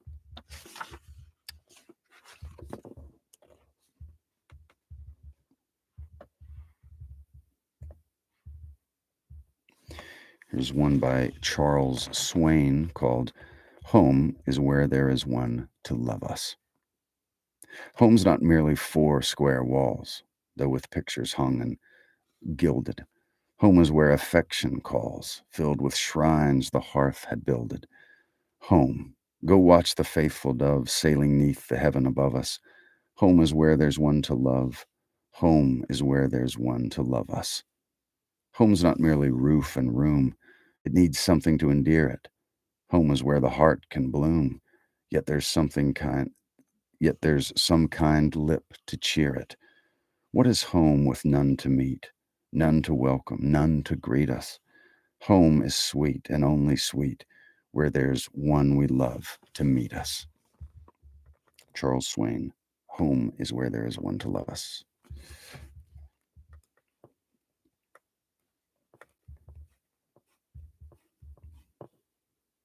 Annabel Lee. Edgar Allan Poe. It was many and many a year ago, in a kingdom by the sea, that a maiden there lived, whom you may know, by the name of Annabel Lee. And this maiden, she lived with no other thought than to love and be loved by me. She was a child, and I was a child, in this kingdom by the sea, but we loved with a love that was more than love, I and my Annabel Lee, with a love that the winged seraphs of heaven coveted, her and me. And this was the reason that long ago in this kingdom by the sea, a wind blew out of a cloud by night, chilling my Annabel Lee, so that her high-born kinsman came and bore her away from me to shut her up in a sepulchre in this kingdom by the sea. The angels, not half so happy in heaven, went envying her and me. Yes, that was the reason, as all men know in this kingdom by the sea, that the wind came out of the cloud, chilling and killing my Annabel Lee. But our love, it was stronger by far than the love of those who were older than we, of many far wiser than we, and neither the angels in heaven above, nor the demons down under the sea, can ever dissever my soul from the soul of the beautiful Annabel Lee. For the moon never beams without bringing me dreams of the beautiful Annabel Lee, and the stars never rise but I see the bright eyes of the beautiful Annabel Lee. And so all the night tide I lie down by the side of my darling, my life and my bride, in her sepulchre there by the sea, in her tomb by the sounding sea. Annabel Lee.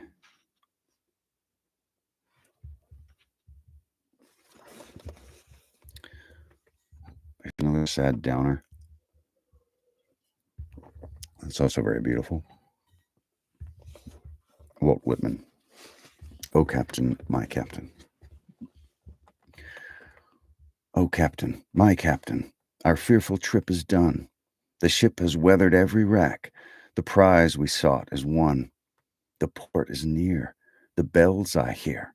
The people all exulting, while follow eyes the steady keel, the vessel grim and daring.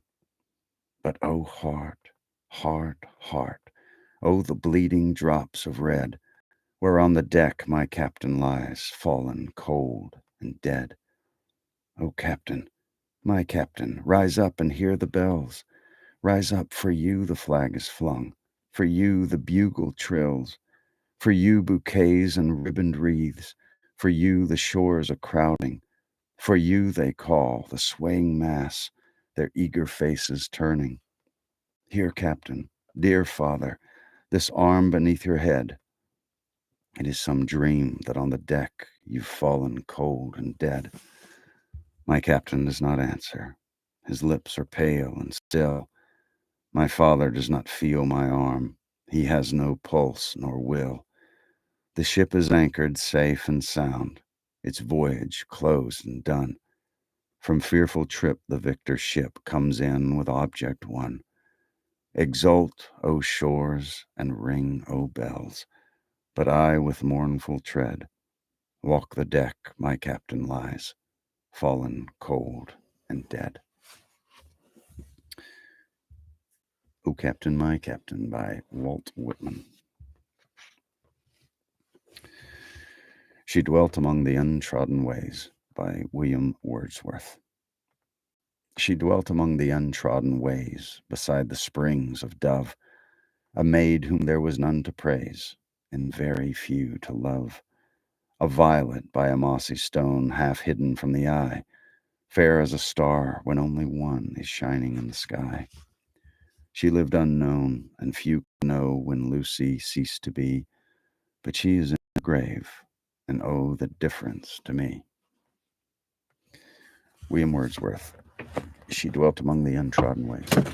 Oops, dropped my book. Here's Alfred Lord Tennyson. We kissed again with tears. As through the land at eve we went and plucked the ripened ears, we fell out, my wife and I. Oh, we fell out, I know not why, and kissed again with tears, and blessings on the falling out that all the more endears, when we fall out with those we love and kiss again with tears. For when we came where lies the child we lost in other years, there above the little grave, oh, there above the little grave, we kissed again with tears. Alfred Lord Tennyson.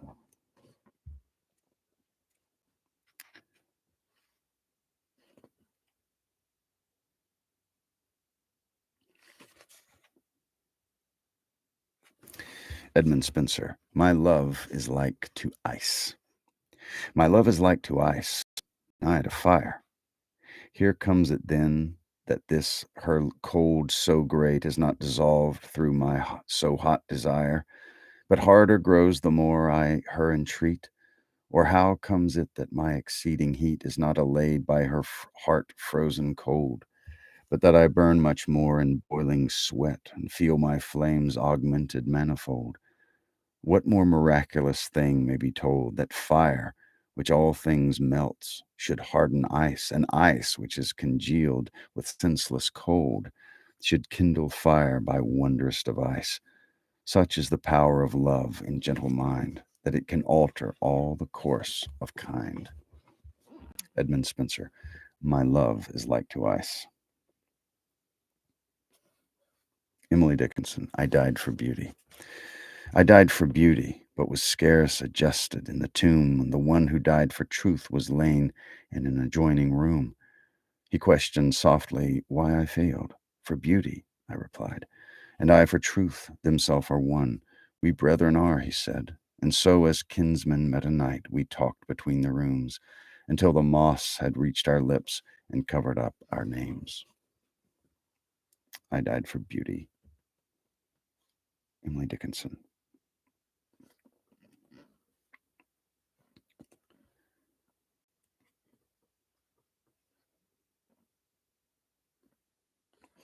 Henry Wadsworth Longfellow, The Arrow and the Song. I shot an arrow into the air. It fell to earth, I knew not where, for so swiftly it flew, the sight could not follow it in its flight. I breathed a song into the air. It fell to earth, I knew not where. For who has sight so keen and strong that it can follow the flight of song? Long, long afterward, in an oak, I found the arrow still unbroke, and the song from beginning to end I found again in the heart of a friend. Henry Wadsworth Longfellow.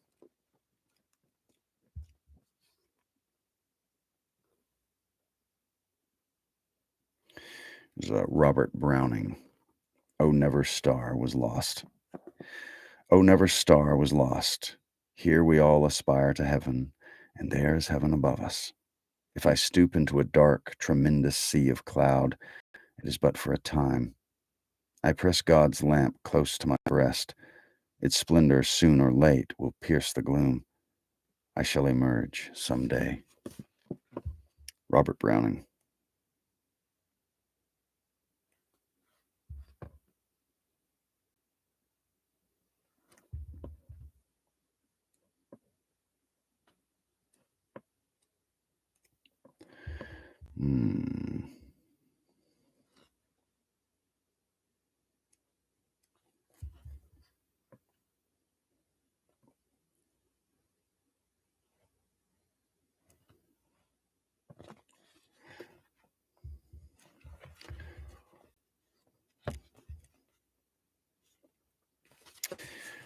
George Eliot at set of sun.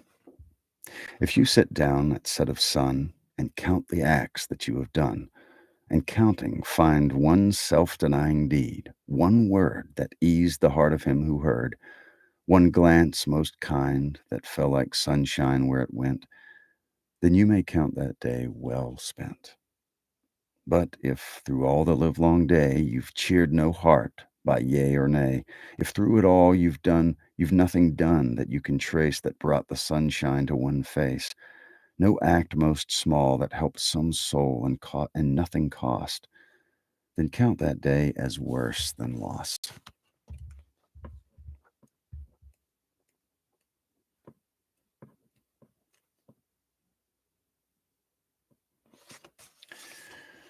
There's another William Ernest Henley, Invictus. Out of the night that covers me, black as the pit from pole to pole, I thank whatever gods may be for my unconquerable soul. In the fell clutch of circumstance, I have not winced nor cried aloud. Under the bludgeonings of chance, my head is bloody but unbowed. Beyond this place of wrath and tears looms but the horror of the shade, and yet the menace of the years finds and shall find me unafraid. It matters not how strait the gate, how charged with punishments the scroll. I am the master of my fate. I am the captain of my soul.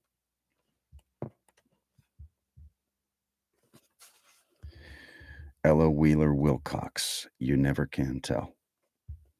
You never can tell when you send a word like an arrow shot from a bow by an archer blind, be it cruel or kind, just where it may chance to go. It may pierce the breast of your dearest friend, tipped with its poison or balm. To a stranger's heart in life's great mart, it may carry its pain or its calm.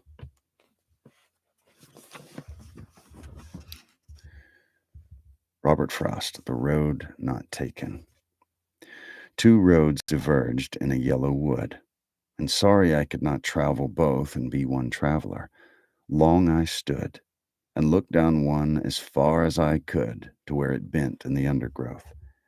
Then took the other, as just as fair, and having perhaps the better claim because it was grassy and wanted wear, though as for that the passing there had worn them really about the same.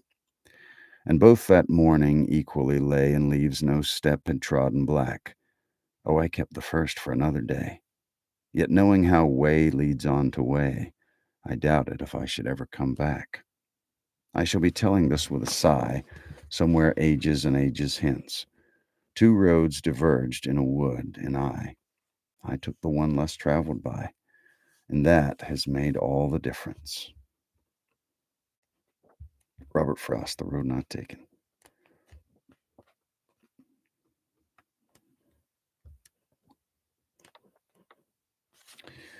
There's another Emily Dickinson. I lost it. It was a good one. If I can stop one heart from breaking.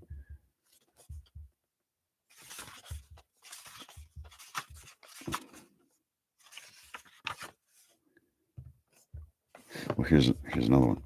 We never know how high we are, Emily Dickinson. We never know how high we are till we are asked to rise. And then, if we are true to plan, our statures touch the skies. The heroism we recite would be a normal thing, did not ourselves the cubits warp for fear to be a king.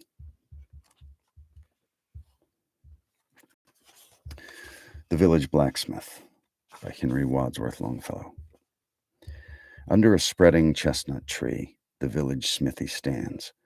The smith, a mighty man is he, with large and sinewy hands. The muscles of his brawny arms are strong as iron bands.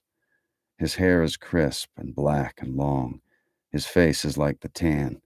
His brow is wet with honest sweat. He earns whate'er he can, and looks the whole world in the face, for he owes not any man. Week in, week out, from morn till night, you can hear his bellows blow. You can hear him swing his heavy sledge with measured beat and slow, like a sexton ringing the village bell when the evening sun is low. And children coming home from school look in at the open door. They love to see the flaming forge and hear the bellows roar and catch the burning sparks that fly like chaff from a threshing floor. He goes on Sunday to the church and sits among his boys. He hears the parson pray and preach. He hears his daughter's voice singing in the village choir, and it makes his heart rejoice. It sounds to him like her mother's voice, singing in paradise. He needs must think of her once more, how in the grave she lies, and with his hard, rough hand he wipes a tear out of his eyes. Toiling, rejoicing, sorrowing, onward through life he goes. Each morning sees some task begin. Each evening sees it close.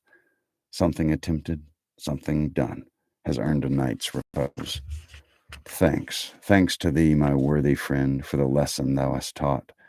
Thus at the flaming forge of life our fortunes must be wrought. Thus on its sounding anvil shaped each burning deed and thought. The Village Blacksmith by Henry Wadsworth Longfellow. Here's one by John Keats called A Thing of Beauty. It's the first little bit to the long poem called Endymion, I think. A thing of beauty is a joy forever. Its loveliness increases. It will never pass into nothingness, but still will keep a bower quiet for us, and a sleep full of sweet dreams and health and quiet breathing. Therefore on every morrow are we wreathing a flowery band to bind us to the earth, spite of despondence, of the inhuman dearth of noble natures, of the gloomy days, of all the unhealthy and o'erdarkened ways made for our searching. Yes, in spite of all, some shape of beauty moves away the pall from our dark spirits.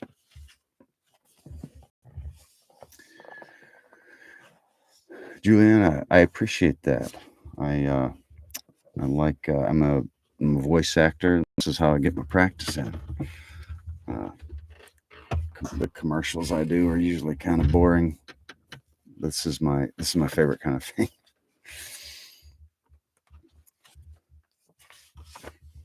Here is Joyce Kilmer, Trees. I think that I shall never see a poem lovely as a tree whose hungry mouth is pressed against the earth's sweet flowing breast, a tree that looks at God all day and lifts her leafy arms to pray, a tree that may in summer wear a nest of robins in her hair, upon whose bosom snow has lain, who intimately lives with rain. Poems are made by fools like me, but only God can make a tree.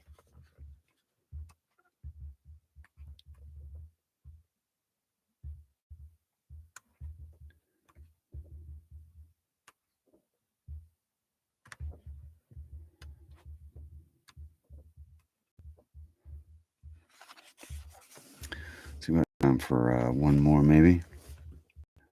John Donne.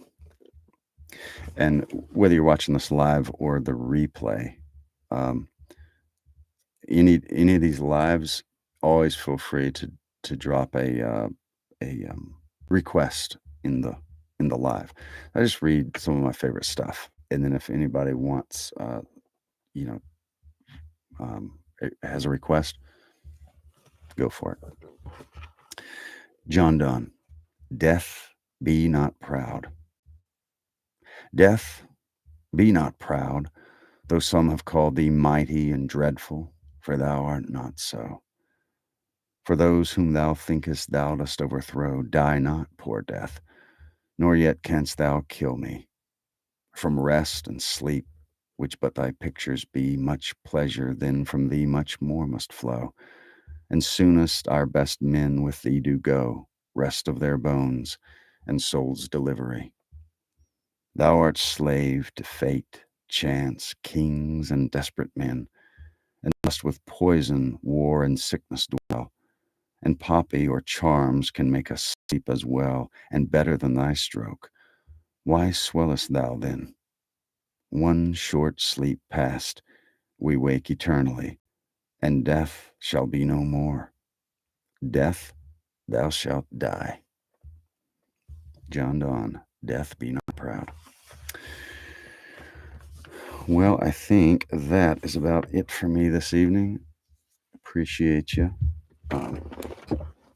And I will catch you next time. If you subscribe and do the little notification, you'll know when I do these kinds of things. And this is always interactive. I like interacting with people. So, but yeah, check out my other stuff on my channel. And